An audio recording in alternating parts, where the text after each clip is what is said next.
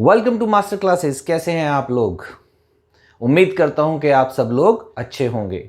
तो बच्चों, मैंने लास्ट वीडियो में आप लोगों को जर्नल सिखाया था और मैंने आपको बताया था कि जर्नल एंट्रीज कैसे की जाती हैं। That is the first step of recording accounting transaction. और सेकंड स्टेप मैंने आपको फर्स्ट वीडियो में जर्नल की बताया था कि जर्नल के बाद लेजर पोस्टिंग होती है। हर एक अकाउंट की समरी बनाई जाती है जिसको हम लेजर बोलते हैं।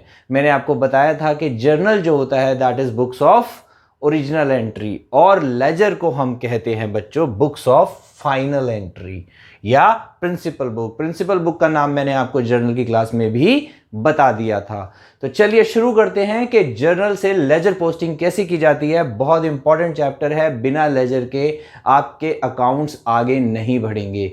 तो स्टे विद मी और सीखिए लेजर कैसे बनाए जाते हैं। आ जाइए। सबसे पहले बच्चों, लेजर क्या होता है? लेजर हमारी एक बुक होती है जिसमें हम हर एक ट्रांजैक्शन को रिकॉर्ड करते हैं और हर एक हेड का एक अलग लेजर बनाया जाता है। लेजर होती है बुक्स ऑफ फाइनल एंट्री क्योंकि इसके बाद हर ट्रांजैक्शन की एंट्री और कहीं नहीं जाती, सिर्फ उसका टोटल जाता है ट्रायल बैलेंस में। तो डिफरेंट एक टाइप की जितनी भी एंट्रीज होती हैं, जैसे कैश रिलेटेड जितनी भी एंट्री हैं कैश अकाउंट में आ जाएगी। सैलरीज की पूरे अकाउंटिंग पीरियड में जितनी भी एंट्री है सैलरी के अकाउंट में आ जाएगी। और हर एक चीज का जो अकाउंट खुलता है उसे हम बोलते हैं बच्चों लेजर अकाउंट्स। इसलिए उसको क्या बोलते हैं? प्रिंसिपल बुक भी बोल देते हैं। ओके, लेजर होता क्या है? So ledger is a book which contains the summary. छोटे छोटे पॉइंट्स हैं, सारे बता रहा हूं, बुलेट पॉइंट्स हैं, रिकॉर्ड कर लीजिएगा। ठीक है, एमसीक्यू के पॉइंट ऑफ व्यू से बहुत इंपॉर्टेंट है कि क्या क्या आता है। So ledger is a book which contains the summary and the classification and permanent records of all types of transactions, right? तो ये होता है हमारा लेजर। अब लेजर है बहुत छोटा सा चैप्टर है बच्चों, बहुत आसान चैप्टर है, 10 मिनट में खत्म हो जाएगा। सिर्फ आपको ध्यान देने की जरूरत है। आइए देखिए, ये है हमारे लेजर का फॉर्मेट। फॉर्मेट बहुत आसान सा है, दो पार्ट्स होते हैं। ये मिडिल पार्ट है जिसको डबल लाइन से शो कर रखा है हमने। उसके बाद डेबिट साइड और ये क्रेडिट साइड। ओके, जिस भी अकाउंट का लेजर बनाएंगे उसका नाम लिखेंगे। जैसे कैश अकाउंट बनाएंगे तो कैश लिख देंगे, कैपिटल अकाउंट बनाएंगे तो यहाँ कैपिटल लिख देंगे, सैलरीज का बनाएंगे तो सैलरी लिख देंगे, परचेज का बनाएंगे तो परचेज का लिख देंगे। तो बच्चों लेजर हर एक चीज, जर्नल एंट्री में जितने नाम आते जाएंगे डिफरेंट डिफरेंट, हर एक का लेजर अकाउंट बनाया जाता है। Got it? चलिए, ये डेबिट साइड है, ये क्रेडिट साइड है। डेट आपको पता है हर एंट्री की एक डेट होती है कि हर ट्रांजैक्शन डेट के अकॉर्डिंगली रिकॉर्ड की जाती है। देन पर्टिकुलर्स, मैंने आपको बताया था कि जर्नल में एक लेजर फोलियो करके कॉलम होता है कि जर्नल एंट्री कौन से लेजर में गई है। ऐसे ही लेजर में एक जर्नल फोलियो होता है कि ये एंट्री कौन से जर्नल से आई है, किस नंबर से, सो दैट कभी आपको वेरीफाई करनी हो तो you can easily go and check the ledgers. Okay, क्योंकि जहां पे ट्रांजैक्शन ज्यादा होती है, पूरे पूरे साल में जब अकाउंट्स बनाए जाते हैं तो बहुत सारे जर्नल भर दिए जाते हैं, तो आपको पता नहीं चलेगा कौन से जर्नल से एंट्री है, तो वेरीफाई करने के लिए यहाँ उसका नंबर डलता है। देन सेम क्रेडिट साइड है। डेबिट और क्रेडिट साइड क्यों है? क्योंकि हमें पता है कि हर एंट्री के दो एस्पेक्ट्स होते हैं। ये मैं आपको पहली क्लास से बताता आ रहा हूँ। हमारी बुक का नाम भी यही है, डबल एंट्री बुक कीपिंग।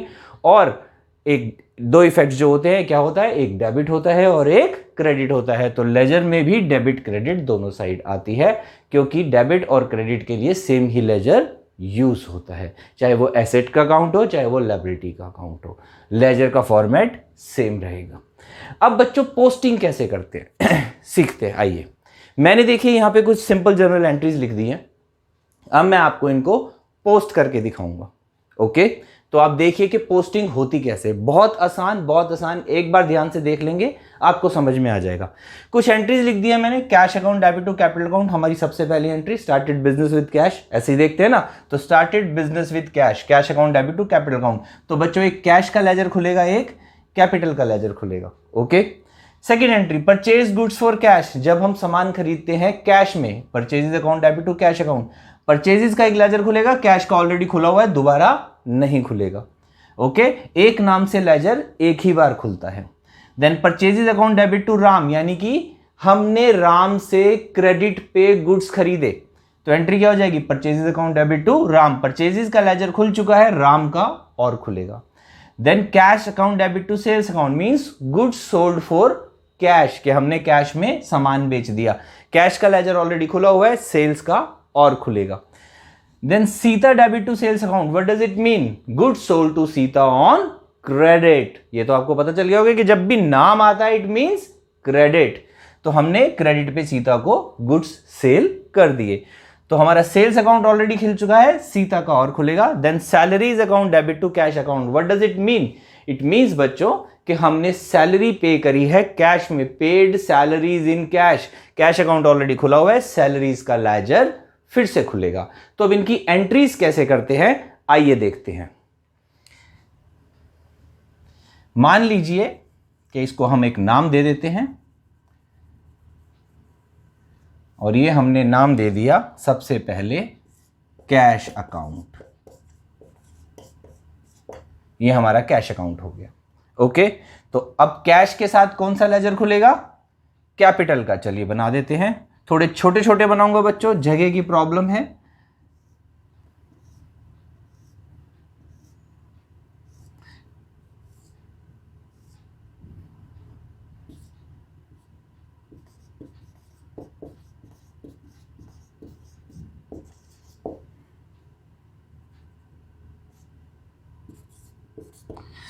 ये सब मैं नहीं लिख रहा हूं, आप लिख लेना।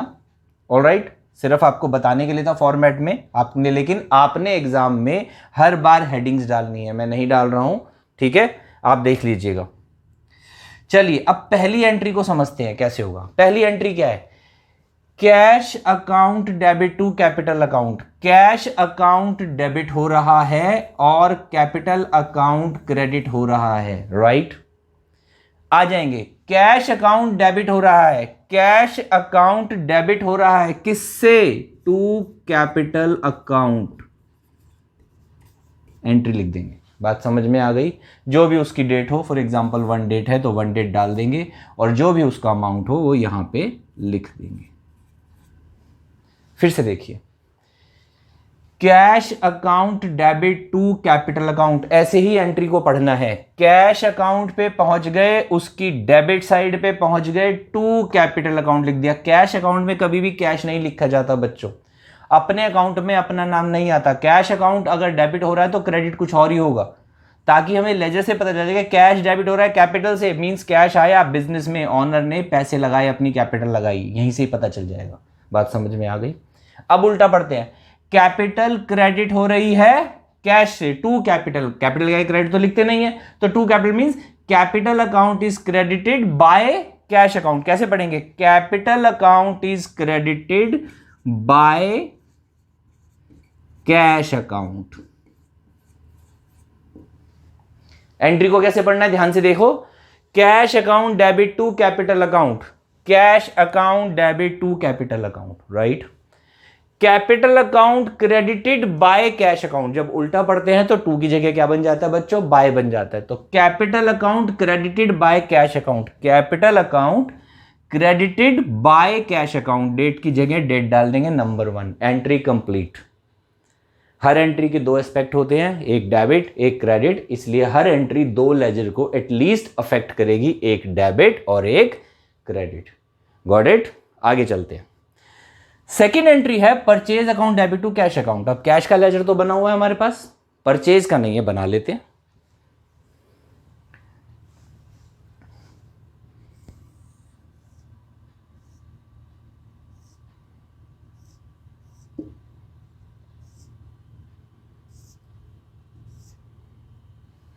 चलिए, ये बन गया हमारा purchase account, credit side debit side. क्या एंट्री आ रही है?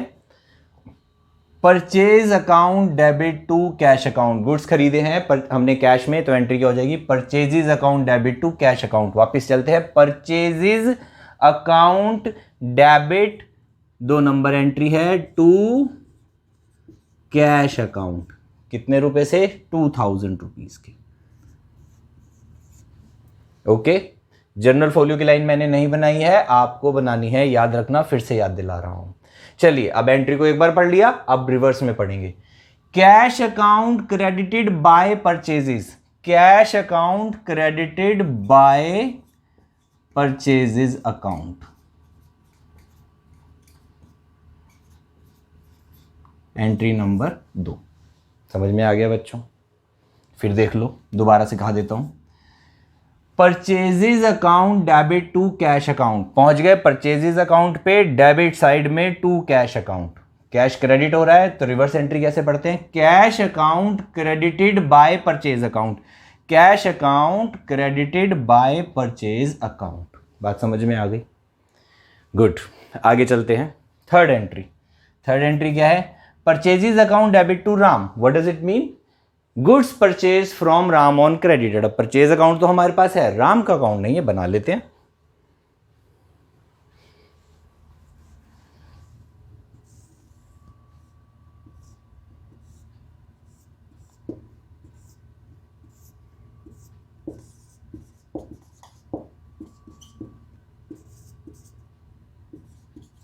चलिए, क्या एंट्री हो जाएगी बच्चों?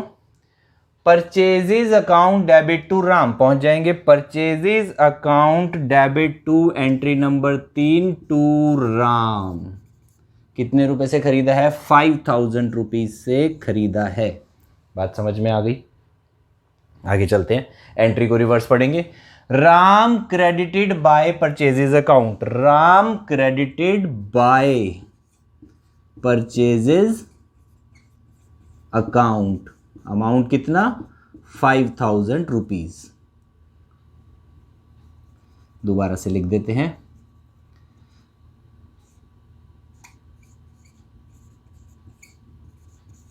लो जी, समझ में आ गई बच्चों? आगे चलते हैं, एंट्री नंबर 4।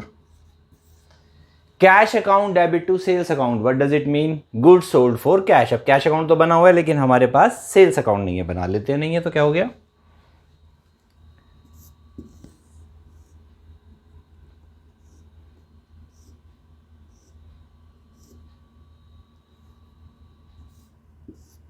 लो जी, ये बन गया हमारा sales account. Credit side, debit side. क्या कहता है? Cash account debit to sales account, cash account debit, cash account debit to sales account. Entry number 4।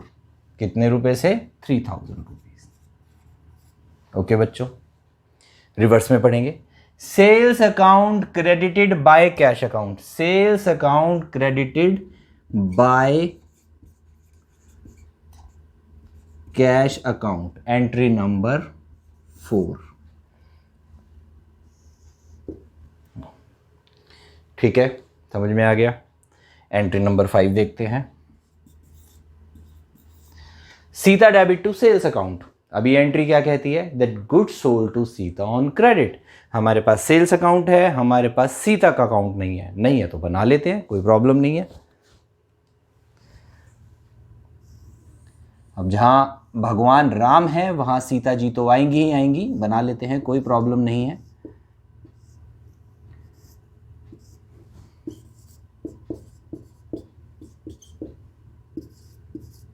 चलिए, एंट्री क्या हो गई? Sita debit to sales account, Sita debit to sales account, that is 4000। Entry number 5। Reverse पढ़ेंगे। Sales account credited by Sita, sales account credited by Sita. Okay, how much amount? 4000। लीजिए, बात समझ में आ गई आप लोगों को? Good. Last entry, salaries account debit to cash account. Entry क्या है हमारी? हमारी एंट्री बनती है बच्चों सैलरीज पेड इन कैश। हमने अपने एम्प्लॉय को सैलरी दी है कैश में। एंट्री क्या हो जाएगी? Salaries account debit to cash account. अब सैलरी का अकाउंट तो है नहीं तो बना लेते हैं, कोई प्रॉब्लम नहीं है।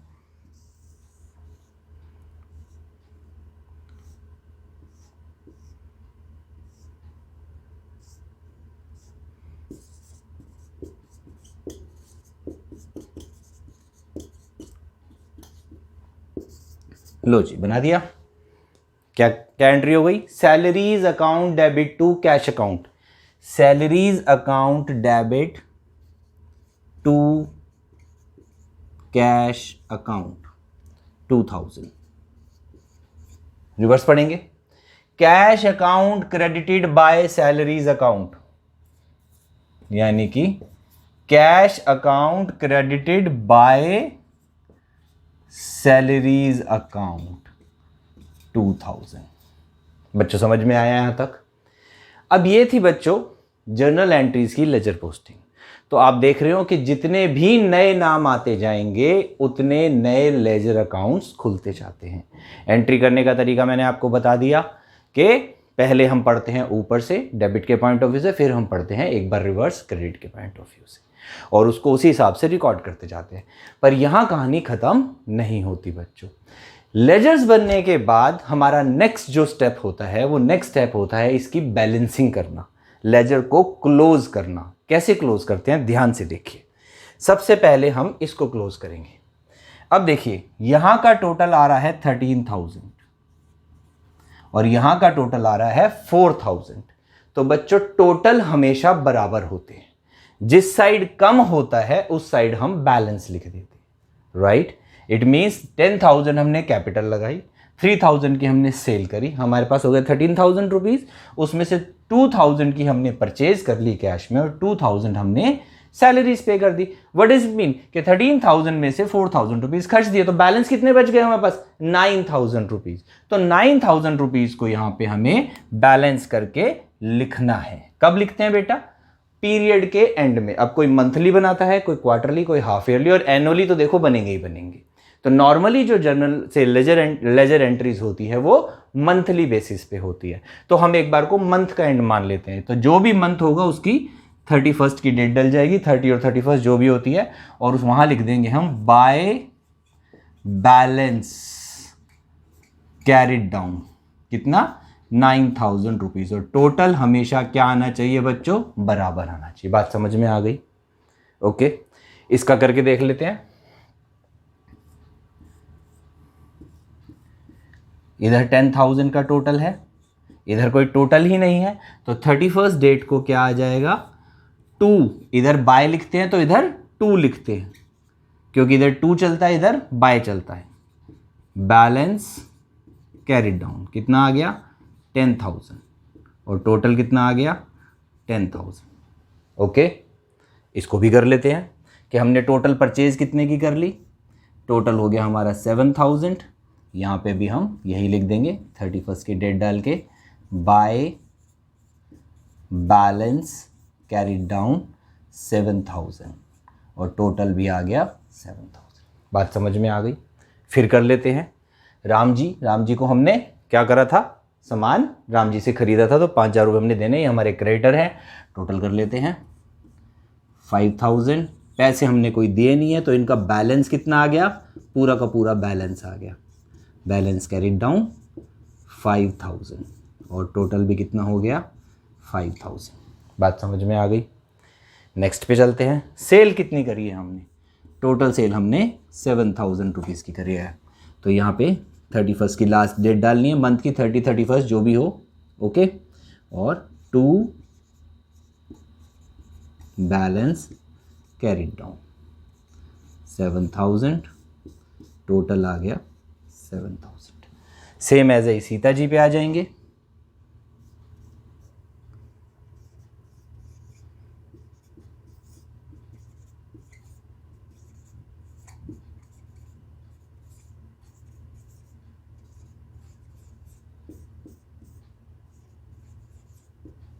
एंड सेम एज सैलरीज पे आ जाएंगे।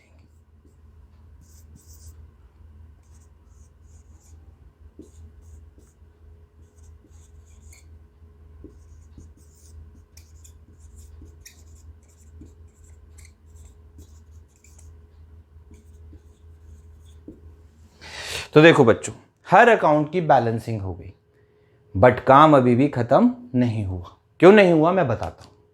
मैंने आपको बताया था कि हम हमेशा अपने अकाउंट्स को क्लोज करते हैं और नेक्स्ट डे ही ओपन करते हैं। ये मैंने आपको जर्नल में बताया था जब मैंने आपको ओपनिंग एंट्री सिखाई थी। अगर आपने मेरी क्लास नहीं देखी है तो मैं लिंक डिस्क्रिप्शन बॉक्स में डाल दूंगा, जरूर देखना, क्योंकि मैंने उसमें सारी एंट्रीज कवर कराई हैं।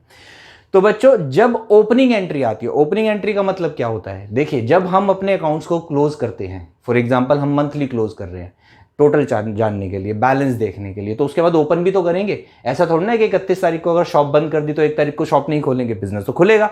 तो खुलेगा तो ओपनिंग एंट्री भी आएगी। तो जब क्लोजिंग बैलेंस आएगा तो ओपनिंग बैलेंस भी तो आएगा। तो ओपनिंग बैलेंस कैसे लिखा जाता है? फॉर एग्जाम्पल, ये आपका अगस्त का मंथ था, तो आपने 31 अगस्त की लास्ट एंट्री डाल दी।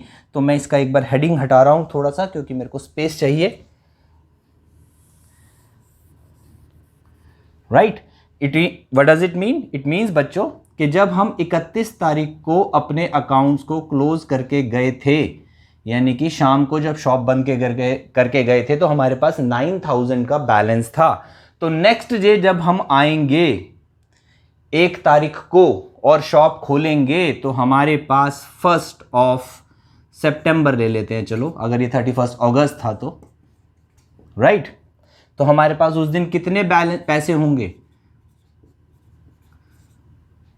जितने हमारे पास क्लोज करते वक्त थे। तो ये जो 9000 रुपए थे, ये अगले दिन का हमारा ओपनिंग बैलेंस बन जाता है, और इसको बोलते हैं टू बैलेंस ब्रॉट डाउन। ये कैरिड डाउन होता है, ये ब्रॉट डाउन होता है। और हर अकाउंट में बच्चों कैरिड डाउन और ब्रॉट डाउन जरूर आता है। जिस साइड कैरिड डाउन आता है उसके अपोजिट साइड ब्रॉट डाउन होता है। What does it mean?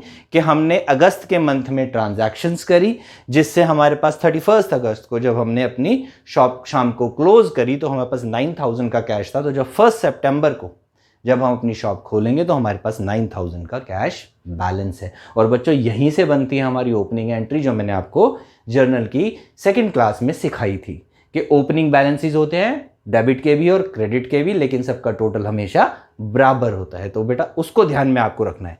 अब जैसे इसका यहाँ पे बैलेंस कैरी डाउन आया, तो यहाँ पे क्या आ जाएगा? Bye balance brought down. कितने रुपए से आ जाएगा? 10,000 रुपीज से आ जाएगा। समझ में आ गया? ऐसे ही इसका यहाँ पे बाय बैलेंस कैरी डाउन है, तो फर्स्ट को क्या आ जाएगा? To balance brought down, same 7,000 rupees. ठीक है। ऐसे ही इनका यहाँ पे कैरी डाउन बैलेंस है डेबिट साइड में, तो इस साइड में क्या आ जाएगा? Again by balance brought down 5,000 rupees. क्या शो करता है?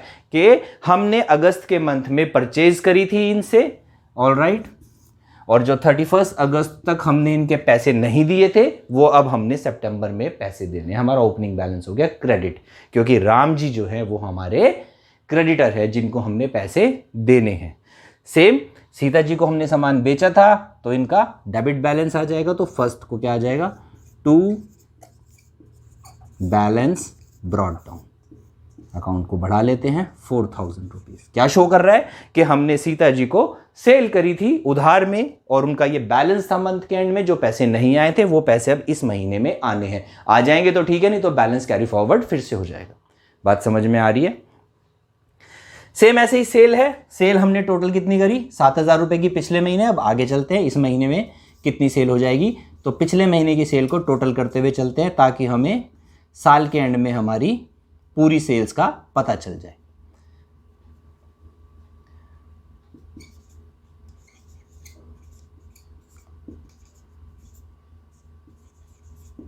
सेम ऐसे ही सैलरीज हैं। हमने सैलरीज पे करी थी।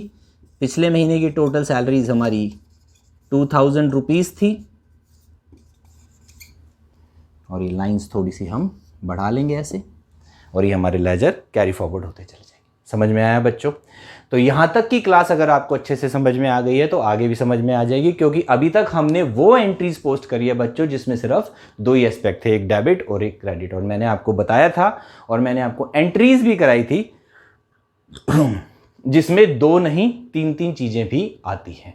तो वो 3 चीजों वाली एंट्रीज को कैसे पोस्ट करेंगे सीखते हैं एक छोटे से ब्रेक के बाद। हाँ जी बच्चों, वेलकम बैक। देखिए, अब मैंने ये 3 एंट्रीज और लिख दी हैं, जो कि हमारे जिसमें 2 डेबिट एक क्रेडिट या एक डेबिट, दो क्रेडिट, इस टाइप से है। तो इन एंट्रीज की लेजर पोस्टिंग कैसे होगी बच्चों, ये समझिए। सबसे पहली एंट्री जो मैंने लिखी है that is cash account debit discount allowed account debit to Ram. What does it mean? It means कि हमने राम से 10,000 रुपये लेने थे और उसके बदले में हमने 9,500 रुपये ले लिए, 9,500 rupees, by allowing him a discount of 500 rupees. 500 रुपये का डिस्काउंट दे दिया।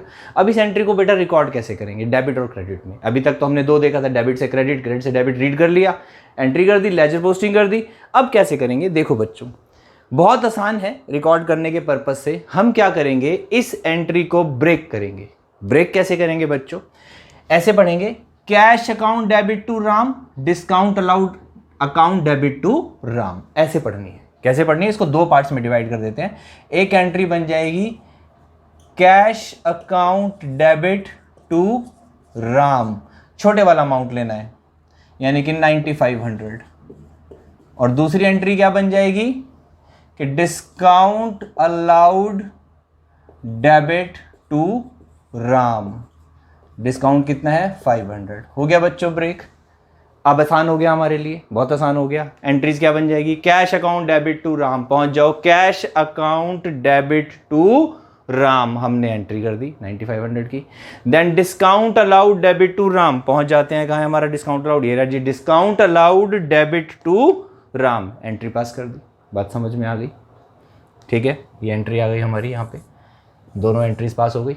ठीक है, राम क्रेडिट हो रहे हैं दोनों ही बारी में, इस एंट्री में भी और उस एंट्री में। डेबिट की दोनों कर दी, अब क्रेडिट की दोनों करेंगे। कैसे? Ram is credited by cash, Ram is credited by cash, ये आ गई पहली entry, right. Then Ram is credited by discount allowed, then Ram is credited by discount allowed, ये आ गई हमारी दूसरी एंट्री। बात समझ में आ गई बच्चों? ठीक है, फिर से देखते हैं। हमने एंट्री को क्या करा, ब्रेक करा। Cash account debit discount allowed account debit to Ram, हमने ब्रेक करा। Cash account debit to Ram, discount allowed account debit to Ram. दो एंट्रीज कर ली, दोनों को पोस्ट कर देते हैं। पहली एंट्री क्या कहती है, cash account debit to Ram, तो cash account debit to Ram and Ram is credited by cash account, entry हो गई। Then discount allowed account debit to Ram, discount allowed account debit to Ram and Ram is credited by discount allowed, entry हो गई, right. Same ऐसे ही इस entry में करेंगे। अब यहाँ पे क्या है, यहाँ पे उल्टा है, यहाँ पे डेबिट में दो थी, यहाँ पे क्रेडिट में दो एंट्रीज है। कैसे करेंगे, Sita debit to cash account to discount received account. What does it mean कि हमने सीता जी को पैसे देने थे और उन्होंने हमें डिस्काउंट दे दिया, राइट, हमें फायदा हो गया। ओके, एंट्री क्या बनेगी, Sita debit to cash account and Sita debit to discount received account, break कर दिया। Sita debit to cash account 9,500 से, Sita debit to cash account 9,500 से, और cash account credited by Sita, cash account credited by Sita 9,500 से। हो गई एंट्री। सेकंड को ब्रेक करेंगे, Sita debit to discount received, क्योंकि इन दोनों क्रेडिट के अगेंस्ट में एक सीता जी खड़ी है तो सीता को इन दोनों के साथ जोड़ेंगे। ऐसे ही यहां पे दोनों के अगेंस्ट में राम खड़े थे तो हमने क्या करा, इन दोनों को राम से जोड़ दिया। तो दोनों एंट्री में कौन सा कॉमन नाम आता है, जो सिंगल होता है। बाकी ब्रेक हमेशा दो लोग होते हैं, एक को ब्रेक नहीं किया जाता। बात समझ में आ गई बच्चों? चलिए, तो दूसरी एंट्री क्या बन गई, Sita debit to discount received, तो Sita debit to discount received. Okay, date डाल देते हैं दोबारा, 12 ही आएगी, राइट। और discount received account debit credited by Sita, discount received account credited by Sita, entry हो गई। थर्ड पे आ जाते हैं, cash account debit bad debts account debit to X. ये एंट्री भी मैंने सिखाई थी आप लोगों को कि जब पैसे डूब जाते हैं तो क्या होता है, पूरी कहानी बताई थी अच्छे से। अगर अभी भी कह रहा हूं आपने मेरी क्लास नहीं देखी है तो please go and watch this class, that class, ताकि आप लोगों को अच्छे से समझ में आ जाए बच्चों। ठीक है, लिंक मैं डिस्क्रिप्शन बॉक्स में छोड़ दूंगा। ओके, ब्रेक करेंगे। Cash account debit bad debts account debit to X, क्या एंट्री बनेगी, cash account debit to X bad debts account debit to X. तो पहले चलेंगे cash account debit to X 3,000 से, cash account debit to X 3,000, entry हो गई। X credit हो रहा है कैश से, X is credited by cash 3,000 से, एंट्री हो गई बच्चों, राइट। सेकेंड एंट्री क्या बनी, bad debts account debit to X, तो bad debts account debit to X, entry हो गई बच्चों। और X is credited by bad debts, X is credited by bad debts, ये एंट्री हो गई बच्चों। तो हमारी सारी एंट्रीज इस तरीके से पोस्ट हो जाती हैं। बात समझ में आ गई। उसके बाद हमने कुछ नहीं कराया, टोटल कराया। इधर का टोटल आ गया 12,500, इधर का था 9,500, 3,000 का बैलेंस आ गया, टोटल बराबर कर दिया बैलेंस लिख के। और इस महीने का क्लोजिंग बैलेंस क्या बन जाएगा, अगले महीने का ओपनिंग बैलेंस। ऐसे ही हर अकाउंटिंग बैलेंसिंग कर रखी है, जिसमें इस साइड कुछ नहीं होता तो टोटल ही बैलेंस बन जाता है और वो अगले महीने का बैलेंस हो जाता है। तो सारे अकाउंट्स इसमें 2 एंट्री थी, टोटल करा, बैलेंस निकाला, ओपनिंग बैलेंस बनाया। सेम मैंने सबके बैलेंस कर रखे हैं। ओके, एक बात आपको बताना चाहूंगा कि इस वाले अकाउंट में नॉर्मली इनमें और इनमें बैलेंसिंग आती नहीं है। क्यों नहीं आती है बच्चों? रीजन है। रीजन ये है कि हमने एक्स से पैसे लेने थे, यानी एक्स हमारा डेटर था। तो जब आप अगर शुरू से कोई जर्नल एंट्रीज का क्वेश्चन करते आ रहे होगे तो यहां पे बैलेंस लिखा होगा एक्स का, already to balance brought down. अब वो डूब गया तो बैलेंस आता नहीं है, नील हो जाता दोनों साइड से, क्योंकि हमने सिर्फ एक एंट्री को पोस्ट किया तो मैंने बैलेंस यहां पे निकाल दिया। पैसे वही डूबते हैं जो आने होते हैं, बिना आए हुए पैसे तो डूबते ही नहीं है ना। यानी कि हमने कभी एक्स को सामान बेचा होगा, एंट्री क्या करी होगी हमने, X account debit to sales account, तो एक्स डेबिट हो जाता है यहाँ सेल्स अकाउंट से, राइट। अब वो पैसे डूबते तो यहाँ 5,000 सेल से आता, ये 5,000 बराबर हो जाता और बैलेंस निकलता ही नहीं है। बात समझ में आ गई? ये मैंने सिर्फ आपको एक जर्नल नॉलेज के लिए बता दिया है। बाकी अगर आपको क्वेश्चन सीधा ही आ जाए कि इसी की लेजर पोस्टिंग करनी, तो आप उसका बैलेंस निकाल देना। Got it? अगर आपको आज की क्लास में कुछ भी समझ नहीं आया हो तो आप कमेंट बॉक्स में कमेंट कर सकते हैं, मैं आपको एक और क्लास बना के दोबारा से सब कुछ एक्सप्लेन कर दूंगा। वैसे मुझे लगता है ऐसा कुछ बचा नहीं है बच्चों जो आपको समझ में ना आया हो, लेकिन लेजर पोस्टिंग आपकी बच्चों तभी सही होगी जब आपकी जर्नल एंट्रीज सही हैं। अगर आपका जर्नल सही नहीं है बच्चों तो लेजर क्या, ट्रायल बैलेंस क्या, कुछ भी सही नहीं बनेगा। तो आपको कॉन्सेप्ट पे बहुत ध्यान देना है, और इस साल तो खासकर, क्योंकि सारे के सारे कॉन्सेप्चुअल क्वेश्चंस ही एग्जाम में आने वाले हैं। बात समझ में आ गई बच्चों? तो मैं फिर आपसे रिक्वेस्ट करूंगा कि मेरी पिछली वाली क्लास को देखें, बुक को रीड करें, कॉन्सेप्ट के ऊपर फोकस करें। अकाउंट्स बहुत आसान सब्जेक्ट है, मैं आपसे प्रॉमिस करता हूं कि आपको एक अच्छा अकाउंटेंट बना दूंगा। Got it? तो उम्मीद करता हूं आज की क्लास आपको समझ में आ गई होगी। अगर अच्छी लगी तो प्लीज लाइक करना और शेयर जरूर करना अपने फ्रेंड्स के साथ, ताकि वो भी इसका बेनिफिट ले सके। और सब्सक्राइब तो आपने कर ही लिया होगा। तो बच्चों आज की क्लास यहीं खत्म करते हैं, अगली क्लास में फिर आपसे मुलाकात होगी। तब तक लिए बाय बाय। स्क्रीनशॉट जरूर ले लेना।